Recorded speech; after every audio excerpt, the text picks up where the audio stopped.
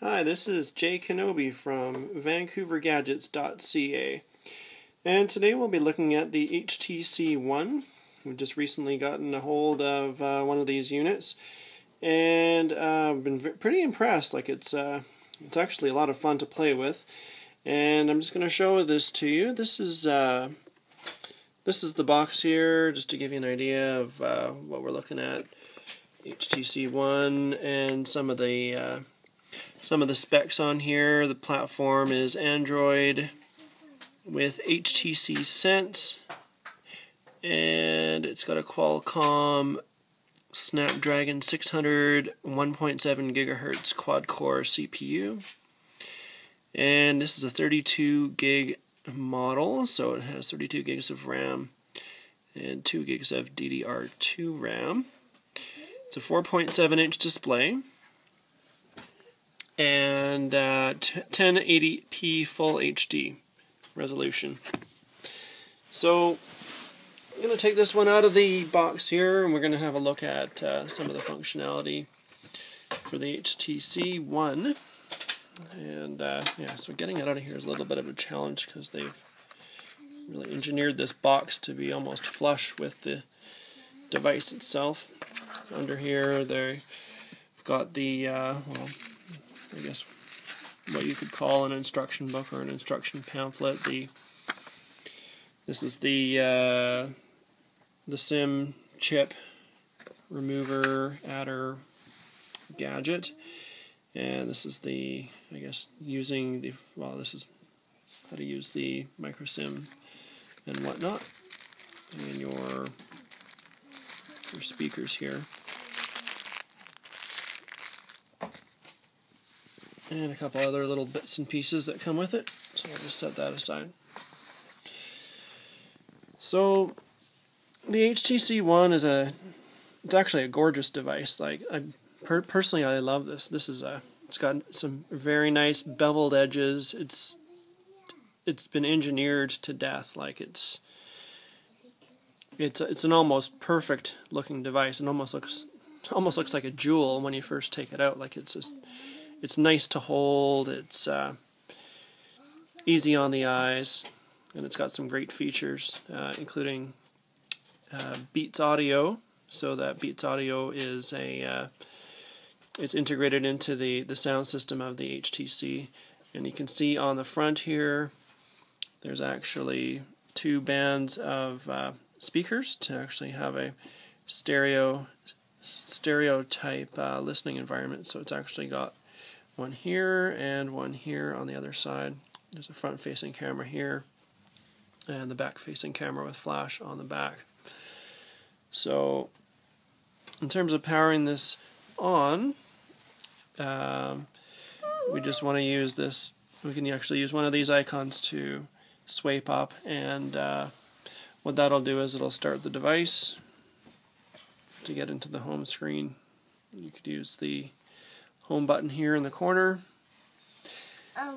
And so what we've got here, this is the dashboard functionality, and from here you can actually swipe down to refresh the dashboard, and you can swipe down just gently to change the content that is featured here as well. So you can get into this section here, which is the highlights, and you can actually change the content. So this is what I've selected here as my personal content list, and when it's set for highlights here, what that will do is it'll actually aggregate the content from all of these providers. I've got Associated Press, CNET, and some general science and gadgets types feeds that are coming through here. And you can also change that option just by clicking here, and you can actually change the topics and services. And what that'll do is it'll bring up a list of services that you can select from. You can also swipe over once, and you've got a number of broad categories that you can select from, including through entertainment. You can drill in, you can select books, for example, TV, highlights of entertainment. And if we push this, should go back, or we can try this back button here. There we go. And yeah, so I mean, you can even drill in here to sports and choose your favorite sport. Unfortunately, I didn't see hockey in here, which is kind of strange considering that we're in Canada and hockey is pretty much the national sport. But anyways, so we'll have to forgive them for that small oversight. I'll have to choose something like, I don't know, football. I really like football, so have that as one of my feeds. So we go back here, and I'll update the feed. And so this is actually pretty nice. You can actually simply scroll through here and browse through all of your feeds. You can also click this button. This will basically toggle the apps, applications, and whatnot. So you can go through here, manage your apps, and change them through here. I'll go back. So this is basically a toggle. You can press home a couple of times and that'll take you back to the beginning of your dashboard. So up at the top you've got your notifications, Twitter, messaging, phone, and whatnot. It's fairly typical with most phones. It shows your Wi-Fi, I guess the power or the signal of the Wi-Fi and the battery power. You can actually scroll down and you'll see your notifications. You've got interactions. You can actually just swipe those away once you're done with them, or if you don't want to see them.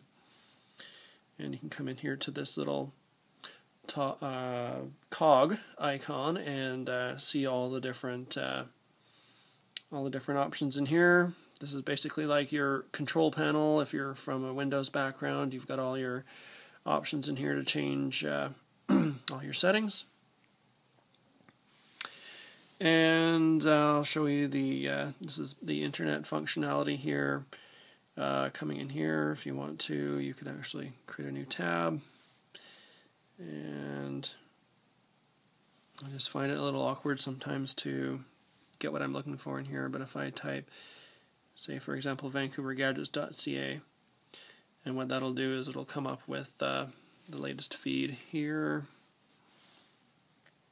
and there's a button here, and you can actually swipe and go through all your different open tabs. So you can have up to 7 tabs open, and you can create incognito tabs as well, which is nice. So I'm going to go out of here by clicking this back. And so this is just the built-in Android browser here I'm showing you, but you can also use Chrome, Google browser as well. And camera is quite nice, the video functionality, and I'm just going to show you here. This is the